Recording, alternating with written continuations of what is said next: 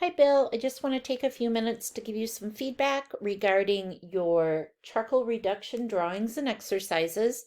And I want to start here with your charcoal reduction scale. I really like this scale. It's very strong and it's very successful.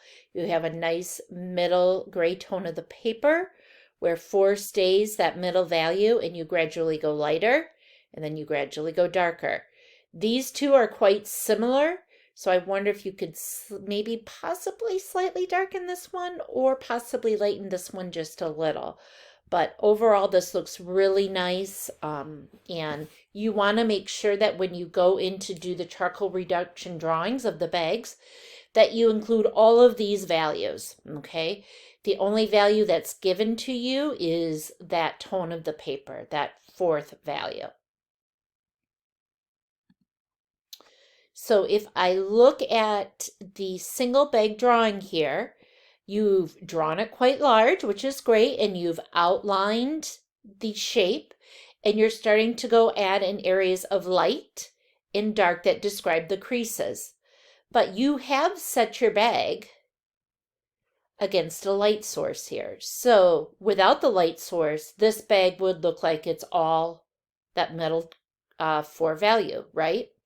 But now that you have light hitting the bag directly, you can see that how this is an area of lightness. This is where I would use my eraser and I would lighten up this whole shape right here. This has an area of lightness too. Okay, this is not the middle 4. The middle 4 value is where there's no light hitting it and there's no absence of light. Okay, so this would probably be the white of the paper, this shape, this whole shape right here. Now, if I was trying to find that middle 4 value, it's probably something along in here or along in here. So that would be that middle gray of your paper. Then anything darker than this, you would add your charcoal. So this is a huge shadow that's cast right here. And this is also not such a huge shadow, but it's a little bit darker than over here, that middle value of the paper. So I'm going to add charcoal. So I can see how you've started,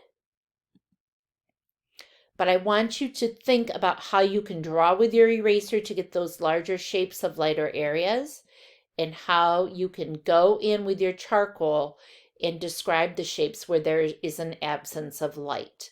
So there's a lot more. All 8 values from that value scale that you completed should be included in this drawing to describe the volume of the shape.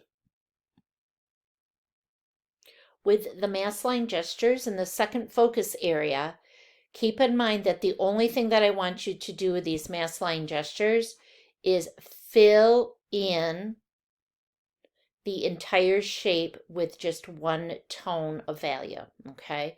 So right here, it looks like you're starting to describe different areas of value for the way that the light is hitting the object.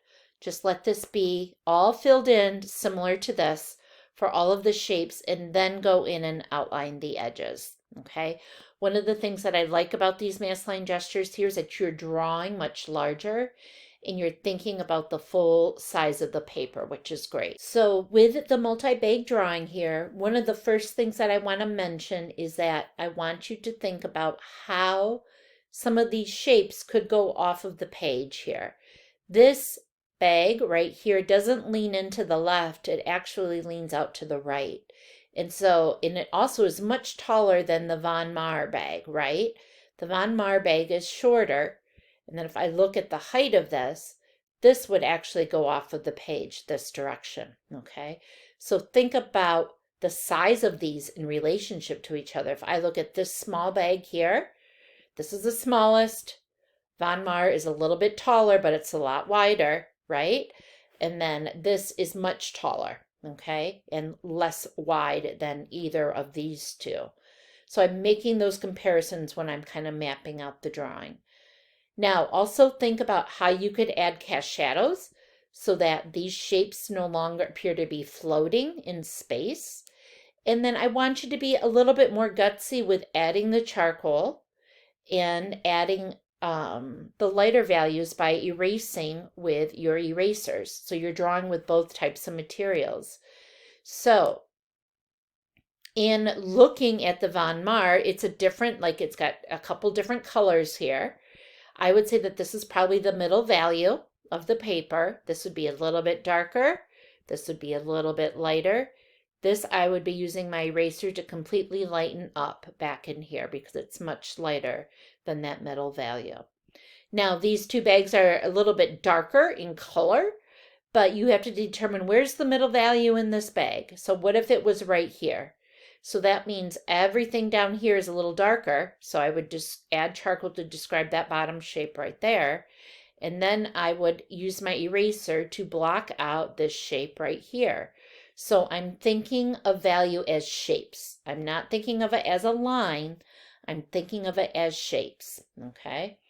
Same here. This right here may be the middle value of the paper, but then this is a little bit darker than that, and then this is even more darker. So consider how using both erasing and adding charcoal can add all 8 values from the charcoal reduction scale to your drawing. That will help your shapes appear more and more volumetric.